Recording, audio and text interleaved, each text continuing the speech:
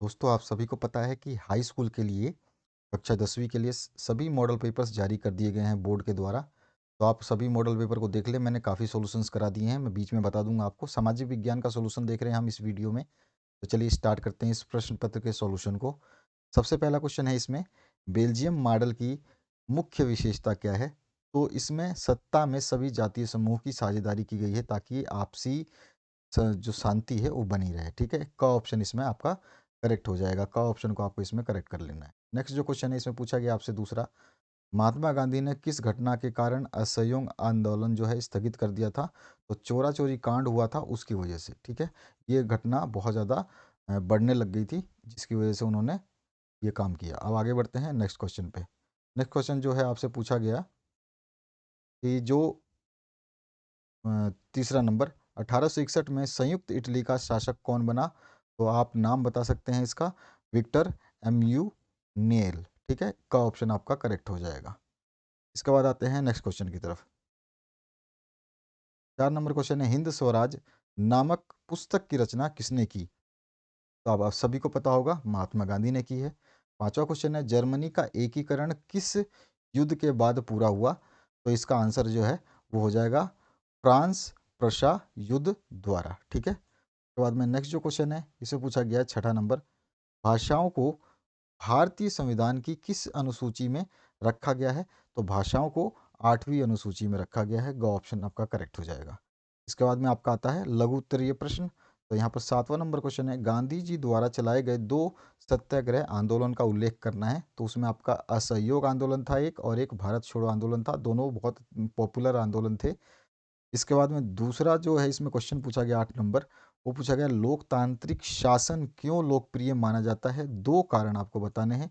तो लोकतांत्रिक शासन को अन्य स्वरूपों से बेहतर इसलिए माना जाता है क्योंकि यह लोगों की आवश्यकताओं का प्रतिनिधित्व करता है, और लोकतंत्र शासक या तानाशाह की सनक पर निर्भर नहीं करता। ठीक है ना, लोकतंत्र जो है ये शासक या तानाशाह की सनक पे निर्भर नहीं करता। वो अपनी मर्जी से कुछ भी नहीं कर सकता कि चलो यार उसको फांसी दे दो, उसको बाहर निकाल दो, उसको ये कर दो। कुछ नहीं है, ऐसा राजा वाला नहीं है। ये लोकतंत्र है, लोगों का राज चलता है। तीसरा है, लोकतंत्र लोगों के लिए है तथा एक लोकतांत्रिक सरकार सदैव लोगों के प्रति उत्तरदायी होती है। ठीक है, तो यहाँ पर ये लोकतंत्र की खासियत है, लोकप्रियता है। इसके बाद 9वां जो क्वेश्चन है इसमें पूछा गया, भारत की उत्तरी पूर्वी सीमा पर स्थित 2 लोकतांत्रिक देशों के नाम बताने हैं। तो 2 लोकतांत्रिक देशों के नाम आप बता सकते हैं, म्यांमार और बांग्लादेश। उसके बाद नेक्स्ट जो क्वेश्चन है 10 नंबर, इसमें मरियान और जर्मेनिया कौन थी, उनको चित्रित करने का क्या उद्देश्य था? तो फ्रांस और जर्मनी के कलाकारों द्वारा स्वतंत्रता, न्याय और विचारों को प्रकट करने के लिए नारी रूपक का प्रयोग किया गया। फ्रांस में इस नारी रूपक को मारियान का नाम दिया गया, जबकि जर्मनी में इसे क्या बोला गया? जर्मेनिया का नाम दिया गया। जर से, अब जर्मन का नाम जर से जर्म और जर्म। ठीक है, इसको दोनों को कंबाइन किया था। उसके बाद में मारियान के बारे में देखते हैं। इसने जन राष्ट्रीय के विचारों को रेखांकित किया। उसके चिन्ह को भी स्वतंत्रता गणतंत्र के, उसके जो चिन्ह भी स्वतंत्रता और गणतंत्र के थे। लाल टोपी, तिरंगा और कलगी, ये इसकी मतलब पहचान थी। और मारियान की प्रतिमाएं चौकों पर लगाई गई ताकि जनता को एकता के राष्ट्रीय प्रतीक की याद आती रहे। उसके बाद में मरियान की छवि डाक टिकटों पर भी अंकित की गई। और जर्मेनिया की बात करें तो जर्मेनिया जर्मन राष्ट्र का रूपक बन गई। और चाक्षुष अभिव्यक्तियों में जर्मेनिया बलूत वृक्ष के पत्तों को पहनती है क्योंकि जर्मन बलूत वीरता का प्रतीक है। तो इससे एक एमसीक्यू बनता है, जर्मन बलूत किसका प्रतीक है? तो वो वीरता का प्रतीक है। ये एमसीक्यू बनता है इसका। ठीक है, इस चैप्टर से। इसका अथवा पार्ट जो है इसमें आप बोल सकते हैं या बता सकते हैं, रॉलेट, जो रॉलेट एक्ट था वो क्या था, और गांधी जी ने इस एक्ट का विरोध किस प्रकार किया, ये आपको बताना है। तो अथवा में से करें या फिर ये मेन करें, तो मैंने एक आपको बता दिया। 11 नंबर जो क्वेश्चन इसमें पूछा गया, वर्तमान लोकतांत्रिक व्यवस्था की 3 चुनौतियों का उल्लेख कीजिए। ध्यान से पूरे वीडियो को कंप्लीट देखना, ताकि मैं पीडीएफ का जब पासवर्ड बताऊं तो पीडीएफ का पासवर्ड नोट कर लेना, ताकि आपसे ये पीडीएफ पूरे आंसर के साथ में आपको मिल जाए। तो वर्तमान लोकतांत्रिक व्यवस्था की 3 चुनौतियां कौन सी है? तो वर्तमान लोकतांत्रिक देशों में भारत एक महान एवं विश्व का सबसे लोकतांत्रिक बड़ा लोकतांत्रिक देश है, परंतु इसके समक्ष विभिन्न प्रकार की समस्याएं एवं चुनौतियां पैदा हो गई हैं। इन समस्याओं में संप्रदाय, जातिवाद, क्षेत्रवाद, गरीबी, हिंसा, अपराधीकरण, क्षेत्रीय भिन्नताएं, अशिक्षा, सामाजिक एवं आर्थिक विषमता, जनसंख्या वृद्धि आदि मुख्य हैं। इतनी सारी चुनौतियां हैं, ठीक है। जब तक इन सभी का निवारण नहीं हो जाता तब तक भारत संपूर्ण विकास नहीं कर सकता और ना ही शुद्ध रूप से लोकतंत्र की स्थापना हो सकती है, ठीक है। तो वर्तमान में जो लोकतांत्रिक व्यवस्था है उसकी चुनौतियां हमने बताई इसमें। इसके अथवा पाठ में आप कर सकते थे, लोकतंत्र में उत्तरदायी शासन और पारदर्शिता आवश्यक है, इस पक्ष में आप अपना मत दीजिए, ये कर सकते थे, ठीक है।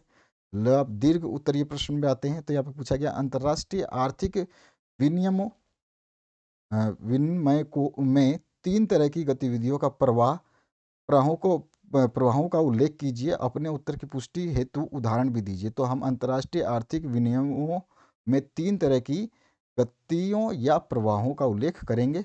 और इसका अथवा पार्ट में जो है, प्रथम विश्व युद्ध के बाद आई आर्थिक महामंदी का क्या कारण था, किन्हीं दो प्रभावों का उल्लेख आपको करना है। तो या तो आप ये क्वेश्चन करें। तो मैं आपको अंतर्राष्ट्रीय आर्थिक विनिमयों में तीन तरह की गतिविधियों या गतियों या प्रवाहों का उल्लेख करके बताऊंगा। तो यहाँ पर जो है आप देख सकते हैं, यहाँ पे आप अपने 2021 के 22 के जो प्री बोर्ड परीक्षा के पेपर हैं या अर्धवार्षिक के पेपर हैं या वार्षिक परीक्षा के जो पेपर होंगे आपके, उनके उत्तर के लिए हमारे व्हाट्सएप नंबर 8469022568 पर उस क्वेश्चन पेपर को आप भेज सकते हैं।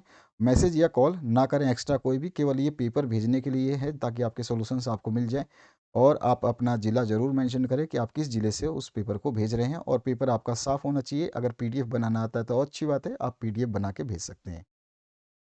तो यहाँ देखते हैं अंतर्राष्ट्रीय आर्थिक विनियम। तो यहाँ पे अर्थशास्त्रियों ने अंतर्राष्ट्रीय आर्थिक विनियम में तीन तरह की गतियों या प्रवाहों का वर्णन किया है, जिनका उदाहरण के साथ हम बता रहे हैं। तो यहाँ पर पहला जो है एक व्यापार का प्रवाह, दूसरा है श्रम का प्रवाह और तीसरा है पूंजी प्रवाह, ठीक है। पहला हम बात करते हैं व्यापार प्रवाह का। तो 18वीं सदी या शताब्दी के अंतिम दशकों में ब्रिटेन की जनसंख्या तेजी से बढ़ने लगी थी। नतीजा, देश में भोजन की मांग भी बढ़ी। जैसे जैसे शहर फैले और उद्योग बढ़ने लगे, कृषि उत्पादों की मांग भी बढ़ने लगी। ऑब्वियस सी बात है, जब शहर फैलेगा, उद्योग बढ़ेंगे, तो कृषि जो हमें कच्चा माल चाहिए वो तो सारी कृषि से आती है। तो कृषि उत्पादों की मांग बढ़ने लगी, कृषि उत्पाद भी महंगे होने लगे। अब कृषि को उगाने के लिए जो चीज़ चाहिए वो भी महंगी होने लगी। अंग्रेजों ने अपनी कृषि उत्पादों की मांग को पूरा करने के लिए व्यापार प्रवाह के माध्यम से भारत से इंग्लैंड में खाद्यान्नों और कपासों का आयात किया, ठीक है। बहुत छोटे पैमाने पर ही सही, लेकिन इस तरह के नाटकीय बदलाव हम अपने यहाँ पंजाब में भी देख सकते हैं। ब्रिटिश सरकार ने अर्ध रेगिस्तानी प्रतिभूमि को उपजाऊ बनाने के लिए नहरों का जाल बिछा दिया ताकि निर्यात के लिए गेहूं और कपास की कृषि की जा सके। नई नहरों की सिंचाई वाले क्षेत्र में पंजाब के अन्य स्थानों के लोगों को लाकर बसाया गया। उनकी बस्तियों को केनाल कॉलोनी यानी कि नहर बस्ती कहा जाता था, ठीक है। इसके बाद में दूसरा जो है श्रम प्रवाह, इसके बारे में बताते हैं। तो 19वीं सदी में भारत और चीन के लाखों मजदूरों को खदानों, बगानों और सड़कों और रेलवे परियोजनाओं का जो निर्माण था, उस कार्य करने के लिए दूर दूर के देशों में ले जाया जाता था, और भारतीय अनुबंधित श्रमिकों को विशेष प्रकार के अनुबंध के अंतर्गत ले जाया जाता था। इन अनुबंधों में ये शर्त होती थी कि यदि मजदूर अपने मालिक के बागानों में 5 साल तक काम कर लेंगे तो वह स्वदेश लौट आएंगे, यानी कि अपने देश लौट सकते हैं। भारत के अधिकतर अनुबंधित श्रमिक पूर्वी उत्तर प्रदेश, बिहार, मध्य प्रदेश, तमिलनाडु के सूखे इलाकों से जाते थे। श्रम प्रवाह हुआ। और तीसरा जो है इसका पूंजी प्रवाह, विश्व बाजार के लिए खाद्य पदार्थ व फसलें उगाने के लिए पूंजी की आवश्यकता थी। इसके लिए छोटे किसान महाजनों और जो सूदखोर है से उससे कर्ज लेते थे। इसके लिए ये लोग या तो अपनी पूंजी लगाते थे या यूरोपीय बैंकों से कर्ज लेते थे। उनके पास दूर दूर तक पहुंचाने की एक व्यवस्थित पद्धति होती थी। यहाँ तक कि उन्हें व्यावसायिक संगठनों और क्रियाकलापों के देशी स्वरूप की भी विकसित कर लिए थे उन्होंने। और यहाँ पे पहला पासवर्ड जो है 50 है, तो आप ये ध्यान रखेंगे कि पहला पासवर्ड आप 50 डालेंगे, ठीक है। ये चीज़ आपको ध्यान रखनी है। 50 है आपका पीडीएफ का पहला पासवर्ड। आगे बताऊंगा मैं दूसरा पासवर्ड इसका, तो एक साथ में सारों को मिला के डाल देना, तो आपका पासवर्ड से पीडीएफ खुल जाएगा। 13 नंबर जो है, सत्ता की साझेदारी का अर्थ जो है आपको बताना है और यह क्यों आवश्यक है, किन्हीं दो कारणों का उल्लेख भी करना है। अथवा में आप बता सकते हैं संघवाद का क्या अर्थ है और संघीय प्रणाली की किन्हीं दो विशेषताओं का आप वर्णन कर सकते हैं। तो हमने सत्ता वाला किया है, तो मैं सत्ता के आंसर बताता हूँ आपको। सत्ता की साझेदारी क्या होती है, ये चलो हम देखते हैं। सत्ता की साझेदारी ऐसी शासन व्यवस्था होती है जिसमें समाज के प्रत्येक समूह और समुदाय की भागीदारी होती है, यानी प्रत्येक समूह यानी कि हम लोग, आप लोग सब। सत्ता की साझेदारी ही लोकतंत्र का मूल मंत्र है। लोकतांत्रिक सरकार में प्रत्येक नागरिक की हिस्सेदारी होती है, जो भागीदारी के द्वारा संभव हो पाती है। लोकतांत्रिक शासन व्यवस्था में नागरिकों के पास इस बात का अधिकार रहता है कि शासन के तरीकों के बारे में उनसे सलाह ली जाए। और सत्ता की साझेदारी के दो कारण होते हैं। एक है अ, समझदारी भरा कारण और दूसरा है नैतिक कारण। सत्ता की साझेदारी का समझदारी भरा कारण है समाज में टकराव और बहुसंख्यक के आतंक को रोकना, ठीक है। और सत्ता की साझेदारी का नैतिक कारण जो है उसमें लोकतंत्र की आत्मा को अक्षुण्ण रखना जो है इसका कार्य है, ठीक है। अब यहाँ पे आते हैं, सत्ता की साझेदारी की आवश्यकता भी बतानी है हमें। तीन विशेष यहाँ पे देखिए किन दो कारणों का उल्लेख करना हमें, क्यों आवश्यक है इसकी दो कारणें बतानी है। दो कारण यहाँ पे बताते हैं। सत्ता की साझेदारी की आवश्यकता क्यों है, तो टकराव रोकने के लिए सत्ता की साझेदारी जरूरी है। जरूरी इसलिए है क्योंकि इससे सामाजिक समूहों के बीच टकराव का अंदेशा कम हो जाता है। चूंकि सामाजिक टकराव आगे बढ़कर अक्सर हिंसा और राजनीतिक अस्थिरता का रूप ले सकता है या ले लेता है। इसलिए सत्ता की साझेदारी राजनीतिक व्यवस्था के स्थायित्व के लिए अच्छा है। बहुसंख्यक समुदाय की इच्छा को बाकी सभी पर थोपना है। बहुसंख्यक यानी जिसकी मात्रा ज़्यादा हो, जिन लोगों की जिस धर्म की मात्रा ज़्यादा हो, उनकी बात सुन करके थोपना तत्कालिक और तौर पर लाभकारी हो सकता है। यानी कि मान लो कि अभी हमने कर दिया कि यार चलो इनकी डिमांड यही आरक्षण मांग रहे हैं, इनको दे दिया। अब इनकी आरक्षण की डिमांड पूरी करी तो बाद में और भी दिक्कतें हो सकती है, तो उस समय तो वो शांत हो जाएंगे। तो तत्कालिक तौर पे तो लाभकारी होगा, पर आगे चलकर ये देश की अखंडता के लिए घातक हो सकता है, जो कि अभी आप देख रहे हैं आरक्षण का एक बहुत बड़ा बिगुल जो है हमेशा चलता रहता है, हर साल आपको सुनने को मिलता रहता है। वो केवल इसलिए स्टार्ट किया गया था भीमराव अंबेडकर के द्वारा कि आप जो मजबूर लोग हैं, जिनके पास में सामर्थ्य नहीं है, वो इस कैटेगरी में आ सकते हैं और उनको आरक्षण मिलेगा। उसके तहत उनको नौकरी या जो भी हेल्प सरकार कर सकती है वो करेगी। लेकिन इसको धीरे धीरे लोगों ने अपना अधिकार समझ लिया, जबकि वो संविधान में लिखा है कि इसको रद्द किया जा सकता है किसी भी क्षण। लेकिन वो अब ये राजनीतिक मुद्दा बन चुका है और अब जो है आरक्षण एक बहुत बड़ा आग है। आप इसके ऊपर निबंध भी कभी कभी पूछा जाता है हिंदी विषय में, आपने सुना भी होगा। बहुसंख्यकों का आतंक सिर्फ अल्पसंख्यकों के लिए ही परेशानी पैदा नहीं करता, अक्सर ये बहुसंख्यकों के लिए भी बर्बादी का कारण बन जाता है, ठीक है ना। यानी कि ये नहीं है कि बहुसंख्यक की बात मान ली तो अल्पसंख्यक जिनकी संख्या कम है उनके लिए परेशानी पैदा करेगा। उनके अलावा ये खुद बहुसंख्यकों के लिए भी बर्बादी का कारण बन जाता है, क्योंकि बहुसंख्यक की मान लो कोई बात मान ली तो वो सोचेंगे यार हमारी बात ये तो सुन ली, चलो हम दूसरा आरक्षण ये भी मांग लेते हैं, तीसरा वो भी मांग लेते हैं। तो इस तरह से आंदोलन फिर और बढ़ने की संभावना होती है। इसमें दूसरा चीज है लोकतंत्र की आत्मा। तो सत्ता की साझेदारी वास्तव में लोकतंत्र की आत्मा है। लोकतंत्र का अर्थ ही होता है कि जो लोग इस शासन व्यवस्था के अंतर्गत हैं उनके बीच सत्ता का बंटवारा जो है किया जाए या बांटा जाए। ये लोग उचित ढंग से रहें और जिससे देश की अखंडता संप्रभुता पर कोई आंच ना आए। इसलिए वैध सरकार वही है जिसमें अपनी भागीदारी के माध्यम से सभी समूह शासन व्यवस्था से किसी न किसी माध्यम से जुड़े रहते हैं। लोगों की आवाज़ ही लोकतांत्रिक सरकार की नींव बनती है। इसीलिए कहा जा सकता है कि लोकतंत्र की आत्मा का सम्मान रखने के लिए सत्ता की साझेदारी जरूरी है। तो ये हमने सत्ता की साझेदारी के विषय में समझा। और यहाँ पे आपको मिलते 2 2 4 5 और एक 6 6 नंबर का ये क्वेश्चन था और इसमें इतना आपको लिखना है, तो आपको 6 नंबर पूरे के पूरे मिल जाएंगे स्पष्ट शब्दों में और सिंपल लैंग्वेज में आपको बताया गया है। मानचित्र संबंधी कार्य देखते हैं। और पासवर्ड याद रखना, मैं जैसे जैसे बता जाऊंगा उन पासवर्ड्स को आप नोट कर लेना ताकि आप पीडीएफ फाइल खोल पाओ। यहाँ पर जो है आपका मैंने एक चरण का पासवर्ड बता दिया है, अब दूसरे चरण का पासवर्ड बताऊंगा मैं। यहाँ पर है आपका भारत के मानचित्र में इसको इस डॉट से हमें अंकित करना है, ठीक है। तो दर्शाना है और सही नाम अंक करना है, ठीक है। ये आधे आधे नंबर का ऐसे से पॉइंट करके मिला हुआ है। तो 1 number, 2 number, 3 number, 4 number, 5 number हमको इनसे मिलने वाला है। पहला है वह स्थान जहाँ जलियांवाला बाग हत्याकांड हुआ था, तो ये अमृतसर में हुआ था, पंजाब में है, आपको सभी को पता है। वह स्थान जहाँ से गांधी जी ने नमक बनाना प्रारंभ किया था, तो दांडी है, गुजरात है। वह स्थान जहाँ नील की खेती करने वाले किसानों ने आंदोलन आंदोलन किया तो वो बंगाल है, और नदिया जिला था वो जगह जहाँ से ये शुरुआत हुई थी, बाद में पूरे बंगाल में फैल गई थी। और घ पाट है वह स्थान जहाँ सूती मिल श्रमिकों ने सत्याग्रह किया था तो वो अहमदाबाद में किया था, ये भी आपका गुजरात में है। और वह स्थान जहां दिसंबर 1920 में भारतीय राष्ट्रीय कांग्रेस का अधिवेशन हुआ वो कलकत्ता है, जो कि वेस्ट बंगाल में ही है, बंगाल में ही है। ठीक है, तो इस पांचों चीज़ों के हमने आंसर देखे। अब इसको देखते हैं मैप के अंदर। तो आपके जो है हिंदी के, इंग्लिश के और मैथ के ये सभी आंसर्स बना दिए गए हैं। ठीक है, तो आप इनको देखने के लिए प्लेलिस्ट देख लेना, और अगर दिक्कत है तो कमेंट सेक्शन में कमेंट कर देना, आपको लिंक दे दी जाएगी। हिंदी इंग्लिश मैथ के सॉल्यूशन बना दिए गए हैं, और सोशल साइंस का आप देख रहे हैं, इसके बाद में साइंस का हम सॉल्यूशन आपको दे देंगे।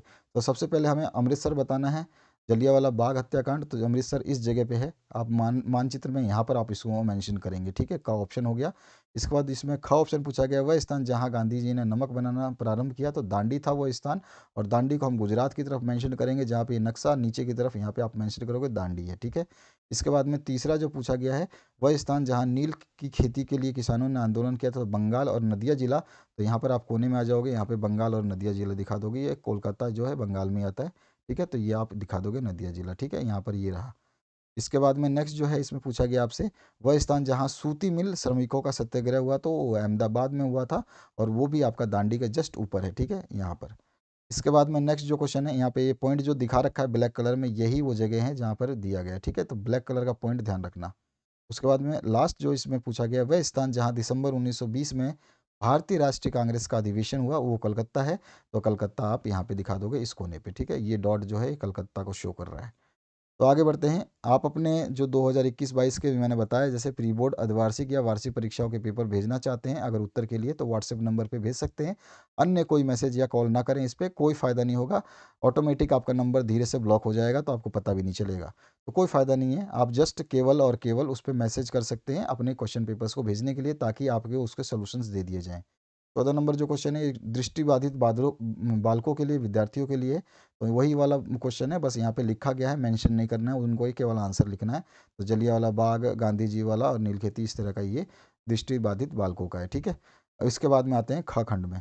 ख खंड में आपसे पूछा गया है, निम्नलिखित में से किस प्रांत में सीढ़ीदार यानी कि सोपानी खेती की जाती है। तो आप जानते हो पंजाब, हरियाणा और उत्तर प्रदेश तीनों जगह पहाड़ी इलाके नहीं है। सबसे ज़्यादा पहाड़ी इलाका जो है उत्तराखंड है, और वहीं पर जो है आपकी सीढ़ीदार खेती होती है। सीढ़ीदार खेती कहाँ होती है, जहाँ पर आपके पहाड़ी इलाके होते हैं, या आपकी मिट्टी जो है वो पहाड़ी नुमा रूप में, ज़मीन जो है समतल नहीं होती। तो उत्तराखंड इसका राइट आंसर हो जाएगा। 16 नंबर है, निम्न में से कौन सी रवि की फसल है। तो रवि की फसल कौन सी होती है, चना होती है। झारखंड में स्थित कोडरमा निम्न में से किस खनिज का अग्रणी उत्पादक है। तो वो अब्रक के लिए जाना जाता है। ठीक है, बहुत बड़ा नाम है इसका। और 18 नंबर है, इसमें से किस राज्य में काली मृदा मुख्य रूप से पाई जाती है। तो काली मृदा जो है आपके गुजरात में पाई जाती है। उसके बाद आपका जो नेक्स्ट है, मानव विकास सूचकांक यानी एसडीआई, ह्यूमन डेवलपमेंट इंडेक्स में भारत का स्थान कितना है। 131वें पे था, अब 130वें पे है। तो यहाँ पे ऑप्शन तो अभी है नहीं 131, तो 130 ही हम लिखेंगे। उसके बाद में नेक्स्ट जो क्वेश्चन है, भारत की आय की दृष्टि से कैसा राष्ट्र है। तो भारत जो है आय की दृष्टि से निम्न और मध्य आय वाला है। निम्न भी है और मध्य भी है, तो वो ऑप्शन है ही नहीं इसमें। यानी कि ग ऑप्शन और ख ऑप्शन दोनों ही इसमें मिलकर के होता। एक ऑप्शन आएगा जिसमें आएगा निम्न वर्ग और मध्य वर्ग। तो निम्न मध्य वर्ग आय वर्ग आता, साथ में लिखा होता है निम्न मध्य आय वर्ग, तो ये ऑप्शन करेक्ट हो जाता। लेकिन यहाँ पे ऑप्शन ऐसा नहीं है, तो इनमें से कोई नहीं मेरे हिसाब से सही है। अगर आपको लगता है कि नहीं इनमें से आंसर है, तो आप हमें कमेंट सेक्शन में बता सकते हैं। 21 नंबर जो क्वेश्चन है, जैव और अजैव संसाधन का कोई दो अंतर आपको लिखना है।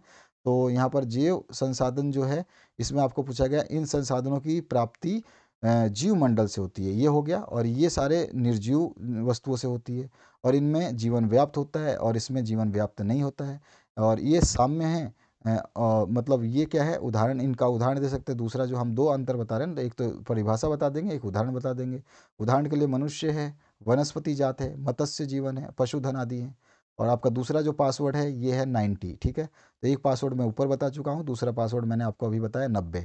ठीक है, इसके बाद में अजैव संसाधन। अजैव संसाधन वो सारे संसाधन जो निर्जीव वस्तुओं से बने हैं। ये दो प्रकार के होते हैं, एक समाप्य और एक असमाप्य। ठीक है, दो तरह के होते हैं, इनकी दो आप बता सकते हैं। कभी कभी पूछा जाता है कि अजैव संसाधन कितने प्रकार के होते हैं, तो आपको पता होना चाहिए। उदाहरण के लिए चट्टानें और धातुएं हम बता सकते हैं। ठीक है, तो यहाँ पर आपके दो अंतर हो गए इनके। अब आते हैं 22 नंबर क्वेश्चन पे। सकल घरेलू उत्पाद क्या है? तो सकल घरेलू उत्पाद की हम परिभाषा कैसे देंगे? किसी देश में उत्पादित होने वाली कुल आय में से निर्यात से होने वाली आय को घटाने के बाद बचने वाली राशि को सकल घरेलू उत्पाद कहते हैं। ठीक है, बहुत सिंपल डेफिनेशन है।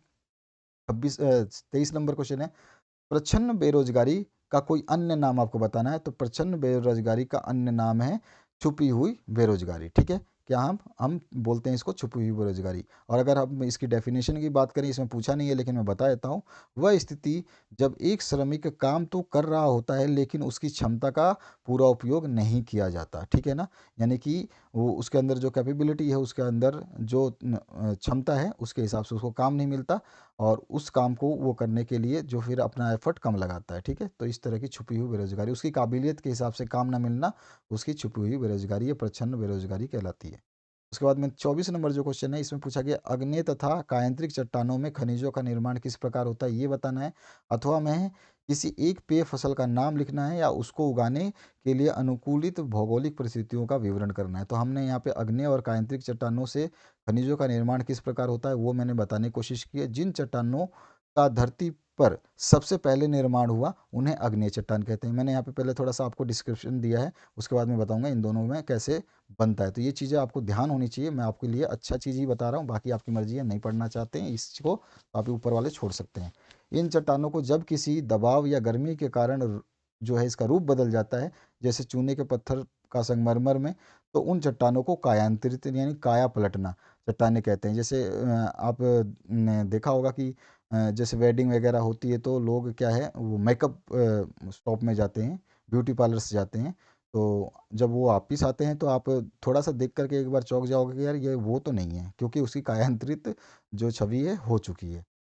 तो अब आते हैं हम इसको अग्नेय जो और कायांतरिक चट्टानों से खनिजों का निर्माण कैसे होता है ये बताते हैं। तो अग्नेय और कायांतरिक चट्टानों की दरारों और जोड़ों, छिद्रों आदि में खनिज मिलते हैं। छोटे जमाव को शिराएं कहा जाता है, जबकि बड़े जमाव परतों के रूप में पाए जाते हैं। इनका निर्माण भी प्राय उस समय होता है जब वे तरल या गैसीय अवस्था में दरारों के सहारे भूपृष्ठ की ओर धकेले जाते हैं। ऊपर पहुंचकर वे धरती की सतह पर ठंडे होकर जम जाते हैं।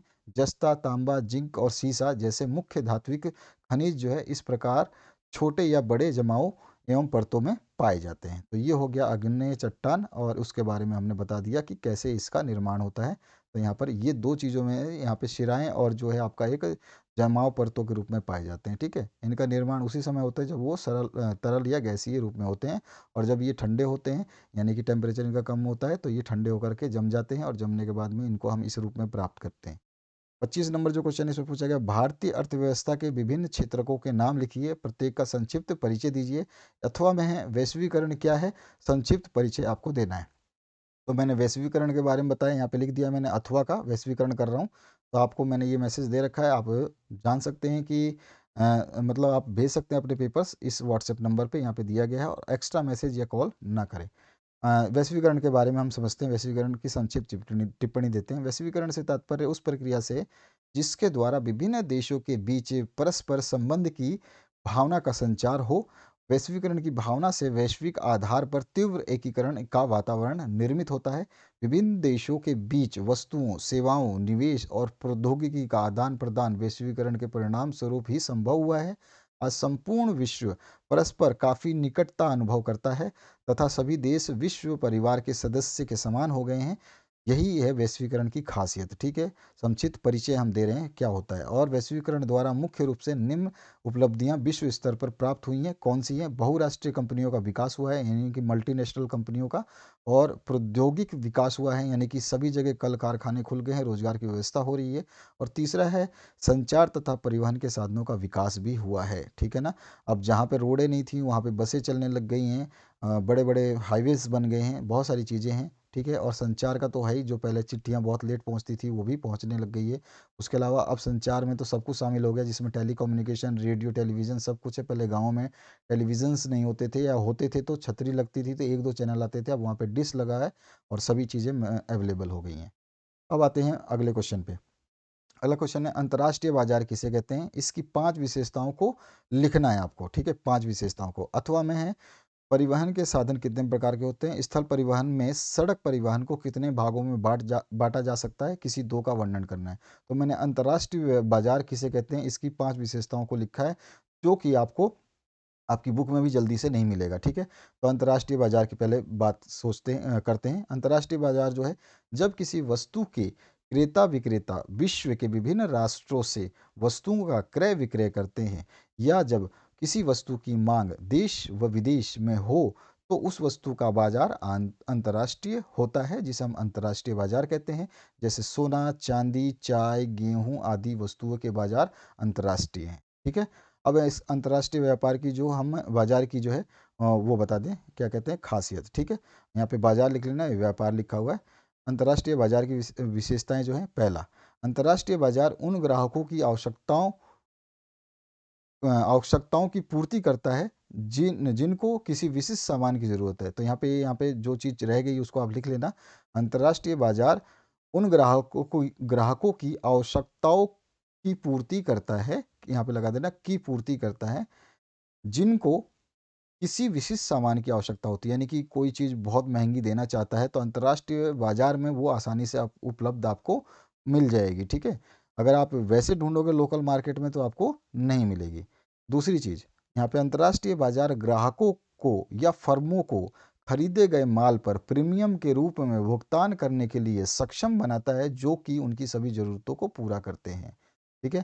पहले मैं इसको समझा देता हूँ। अंतर्राष्ट्रीय बाज़ार जो है, ग्राहकों या फर्मों को खरीदे गए माल, यानी कि जो भी आप कोई ग्राहक है या फर्म है, अगर कोई माल खरीदता है, तो उसको प्रीमियम के रूप में वो भुगतान करने के लिए जो है मतलब वो रेडी हो जाता है, क्योंकि उसको अंतर्राष्ट्रीय बाजार में वो डील कर रहा है और वहाँ पर वो सारी चीज़ें जो हैं आप प्रीमियम पे खरीद सकते हैं। एक साथ पैसे ना दे करके थोड़े थोड़े पैसे हर महीने दे करके भी आप उसको चुका सकते हैं। इस तरह का प्रीमियम आप बांध सकते हैं, जो आपकी सारी ज़रूरतों को पूरा करेगा। यानी कि आपको आज सपोज़ करिए एक लैपटॉप लेना है, तो आपने लैपटॉप ले लिया, तो उसको किस्तों में भुगतान कर रहे हैं। अगर आपको 2-4 दिन, 10 दिन बाद, 1 महीने बाद में मोबाइल चाहिए, तो आपके पास पैसे नहीं है, कम पैसे हैं, तो भी आप ले सकते हैं, क्योंकि आप फिर उसको भी किस्तों में भुगतान कर लोगे। तो इस तरह से आपकी ज़रूरतें भी पूरी होती हैं।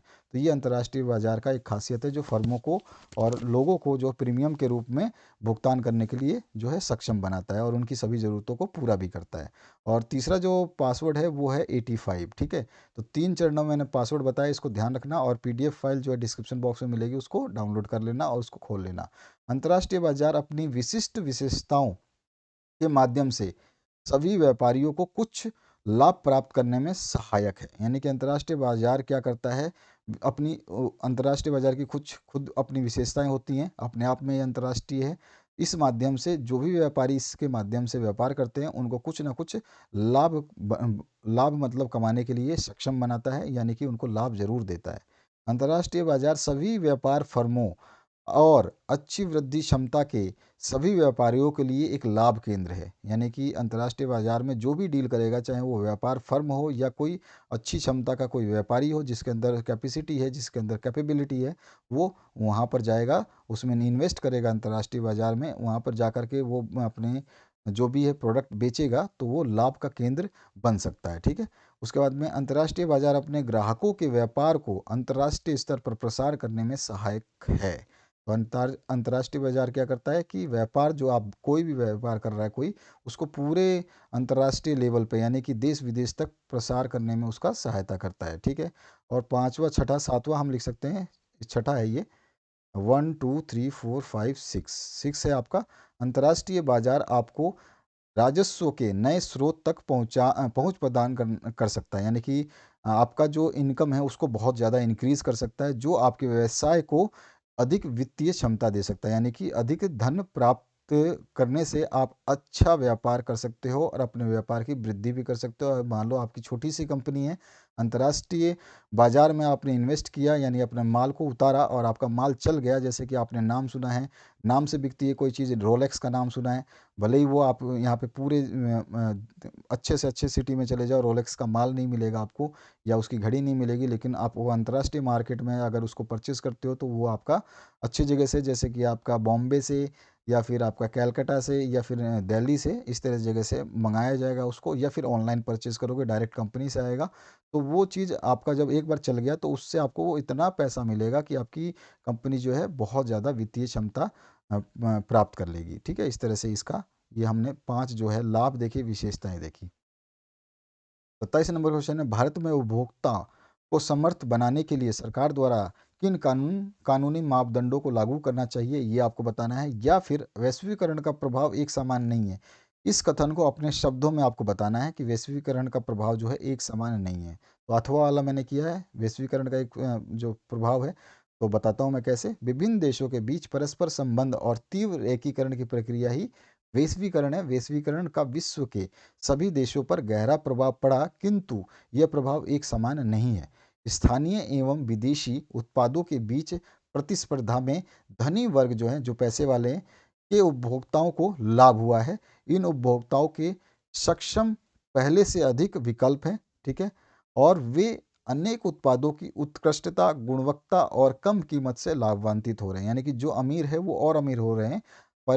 परिणामतः ये लोग पहले की अपेक्षा एक उच्च स्तर की जीवन स्तर का उपभोग कर रहे हैं। वैश्वीकरण की सबसे वैश्वीकरण की बड़ी संख्या में छोटे उत्पादकों और कर्मचारियों को कई चुनौतियों का सामना करना पड़ा है। यानी कि वैश्वीकरण का जो पूरा इम्पैक्ट हुआ है वो छोटे लोगों पे हुआ है। बैटरी, प्लास्टिक, खिलौने, टायर, डेयरी उत्पाद एवं खाद्य तेल के उद्योग कुछ ऐसे उदाहरण हैं जहां प्रतिस्पर्धा के कारण छोटे निर्माता टिक नहीं सकते, कई इकाइयां तो बंद हो गई हैं। ये बिल्कुल सही बात है। आप देख सकते हैं, अगर किसी के छोटी दुकान है और वो नहीं चल रही है तो वो दुकान को बंद कर देते हैं। आपके अड़ोस पड़ोस में ऐसे हालात आपने देखे होंगे, जिसके चलते अनेक श्रमिक बेरोजगार हो गए हैं और कई लोग अपनी जगह वहाँ पे जहाँ पे थे वो उसको छोड़ करके भी चले जाते हैं। वैश्वीकरण और प्रतिस्पर्धा के दबाव ने श्रमिकों के जीवन को व्यापक रूप से प्रभावित किया है। बढ़ती प्रतिस्पर्धा के कारण श्रमिकों का रोजगार लंबे समय के लिए सुनिश्चित नहीं रहा। यानी कि इतनी ज़्यादा कंपटीशन हो गया कि पता नहीं कल के दिन दुकान शायद बंद करनी पड़े, मेरे तो दुकान चला नहीं तो इस तरह से भी ये कई लोग जो हैं नौकरी पे रहते हैं लेकिन उनको पता नहीं है कि उनकी नौकरी कितने दिन की रहेगी, क्योंकि हो सकता है वो कंपनी ना चले। तो इस तरह की प्रॉब्लम्स भी हैं। और वैश्वीकरण के कारण मिले लाभ में श्रमिक को न्याय संगत हिस्सा नहीं मिलता। यानी कि वैश्वीकरण में क्या है कि जैसे मैंने प्रोडक्ट बेचा, सपोज करिए मैंने एक प्रोडक्ट 500 रुपये का बेचा और उस पर मेरे को लाभ मिला 50 रुपये, तो मैं जो श्रमिक जो जो जिसने वो प्रोडक्ट बनाया है उनको मैं ज़्यादा लाभ नहीं दूंगा, उनको 50 पैसे या 1 रुपये ही दूंगा लाभ में से, 50 रुपये में से केवल 1 रुपये। तो ये बहुत बड़ी एक समस्या है। ये सभी प्रमाण संकेत करते हैं कि वैश्वीकरण सभी के लिए लाभप्रद नहीं रहा है। शिक्षित, कुशल और संपन्न लोगों ने वैश्वीकरण से मिले नए अवसर का सर्वोत्तम उपयोग किया है। जो मतलब शिक्षित हैं, कुशल हैं, संपन्न हैं, यानी धनी हैं, कुशल है, जिनके अंदर पूरी की पूरी वो बनी हुई है, क्या कहते हैं, मल्टी टैलेंटेड है और शिक्षित हैं, अगर एजुकेटेड हैं, तो इन लोगों के लिए तो वैश्वीकरण में सर्वोत्तम बहुत सारे अवसर मिले। लेकिन दूसरी ओर अनेक लोग जो गरीब हैं या फिर शिक्षित नहीं है, कुशल नहीं है, तो उन लोगों को लाभ का हिस्सा नहीं मिला है। तो ये वैश्वीकरण के ऊपर हमने टिप्पणी लिखी अपने शब्दों में कि वैश्वीकरण का प्रभाव जो है एक समान नहीं है, कहीं पे लाभ भी मिला है तो कहीं पे हानियां भी हुई हैं। मानचित्र कार्य की बात करें तो पश्चिम बंगाल का एक उद्यान जिसको इस डब्बे से चिन्हित करना है, उसका आपको नाम बताना है, तो वो है सुंदरवन राष्ट्रीय उद्यान, पश्चिम बंगाल में है ये। अभी हम मैप वर्क में देखेंगे, इसको नीचे दिखाऊंगा मैं आपको।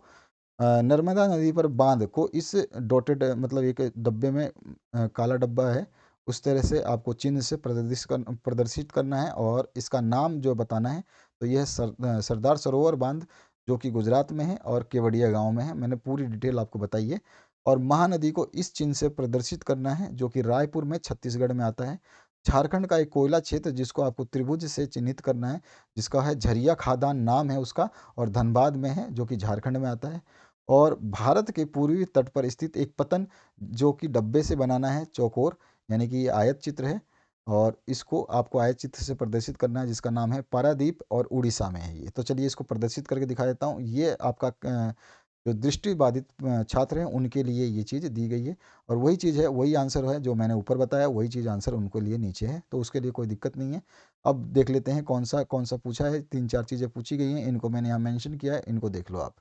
तो सबसे पहले पूछा गया आपका पश्चिम बंगाल में एक सुंदरवन हमने मेंशन करना था, तो हमने सुंदरवन राष्ट्रीय उद्यान पश्चिम बंगाल में है। तो यहाँ पर देखिए पश्चिम बंगाल मैंने मेंशन कर रखा है। ये मैप इसलिए दिया ताकि आप एक बार नज़र ज़रूर मार लो कि कहाँ पे कौन सी चीज़ है, ताकि जब आपके पास मैप आए तो अगर आपके पास आउटलाइन मैप आ गया तो ठीक है, अगर आउटलाइन मैप की जगह ब्लैंक आ गया जो कि मैंने ऊपर दिखाया था आपको सादा मैप, अगर वैसा आ गया तो आपको भरने में कठिनाई होगी। कहाँ भरना है ये चीज़ें आपको थोड़ा सा याद रखना है। तो पश्चिम बंगाल इस जगह पे पड़ता है और यहाँ पर वो डब्बा जो है हमें बनाना था जो कि उसमें दिया था। और दूसरा क्वेश्चन उसमें आपको दिया गया है कि आपको एक ये कटोरी जैसी बनानी है और इससे सरदार सरोवर बांध है गुजरात में है, तो सरदार सरोवर बांध को गुजरात में हम मेंशन कर देंगे इस तरह से, ये गुजरात है आपका। इसके बाद में नेक्स्ट जो आपका है यहाँ पर आपका कहीं भी मेंशन कर दो जहाँ पे खाली जगह मिले, आपको कोई दिक्कत नहीं है, टेंशन लेने की ज़रूरत नहीं है, आंसर आपको मिल जाएगा, लेकिन लोकेशन सही होनी चाहिए। ठीक है। उसके बाद में आपका थर्ड जो इसमें पूछा गया है, इसमें पूछा गया है नर्मदा नदी को इस चिन्ह से, वाई जैसा चिन्ह जो है इसमें रायपुर छत्तीसगढ़, तो हम रायपुर छत्तीसगढ़ में यहाँ मेंशन करेंगे, ये है रायपुर छत्तीसगढ़। यहाँ पे पहले उड़ीसा आएगा, उड़ीसा के बाद में थोड़ी सी जगह छोड़ करके छत्तीसगढ़ आएगा, तो यहाँ पर रायपुर छत्तीसगढ़ में ये चिन्ह अंकित कर दिया हमने इसमें। और इसके बाद में नेक्स्ट जो पूछा है इसने, तो पूछा गया झारखंड का एक कोयला क्षेत्र जिसको त्रिभुज से करना है, झरिया खादान है और झारखंड में धनबाद में है, तो हम झारखंड में चलेंगे और उसको हम मेंशन करेंगे, तो ये झारखंड है और रांची है, यहीं पे धनबाद है, इसमें त्रिभुज आकृति हमने बना दी है। ठीक है। इसके बाद में लास्ट जो इसमें पूछा गया आपसे, भारत के पूर्वी तट पर स्थित पतन का नाम आपको जो है बताना है, पारादीप है, उड़ीसा में है और इसको इस आकृति से बनाना है, तो उड़ीसा में मैंने नीचे की तरफ ये रहा आकृति से मेंशन किया है, ये पूरा का पूरा आपका उड़ीसा है। और इसमें आपको पांचों जो आंसर देने थे वो मैंने दे दिए, तो आप इन, एक नंबर ये आंसर है आपका। ठीक है। 2 नंबर हमने ये वाला आंसर जो है किया था। ठीक है, सरदार सरोवर बांध है, और ये वाला आपका जो है नेशनल पार्क है। और इसके अलावा फिर हमने झारखंड में ये वाला धनबाद में किया है, और ये छत्तीसगढ़ में किया है हमने, और ये वाला भुवनेश्वर में जो है आपका किया है। तो ये आपका पूरा का पूरा सॉल्यूशन है। और अब आपको बताने की ज़रूरत नहीं है, आपने तो लाइक शेयर सब्सक्राइब कर ही लिया होगा, आपको आगे ज़रूरत पड़ेगी इस चैनल की, और चैनल का नाम आप जानते हैं। और सभी सब्जेक्ट के सॉल्यूशंस के लिए डिस्क्रिप्शन बॉक्स में प्लेलिस्ट ज़रूर देखें, अगर आप प्लेलिस्ट में विजिट करते हैं तो वहाँ पर सारे सॉल्यूशंस आपके लिए अवेलेबल कराए जा रहे हैं, प्लेलिस्ट ज़रूर देखें। अगर आपको नहीं मिलता है प्लेलिस्ट तो कमेंट सेक्शन में कमेंट कर दे, और आने वाले आपके एग्ज़ाम्स बेस्ट से बेस्ट हो, यही हमारी शुभकामनाएं आपको। और आपके सभी सब्जेक्ट के सॉल्यूशंस अपलोड किए जा रहे हैं, जो अपलोड कर दिए गए हैं उनको देख लीजिए, और धैर्य बनाए रखें, शांति बनाए रखें, अपने दोस्तों के साथ शेयर कर दें और उनके साथ में बने रहें इस चैनल पे, ताकि आपकी फुल से फुल मदद मैं कर पाऊँ। Thank you very much, have a good day.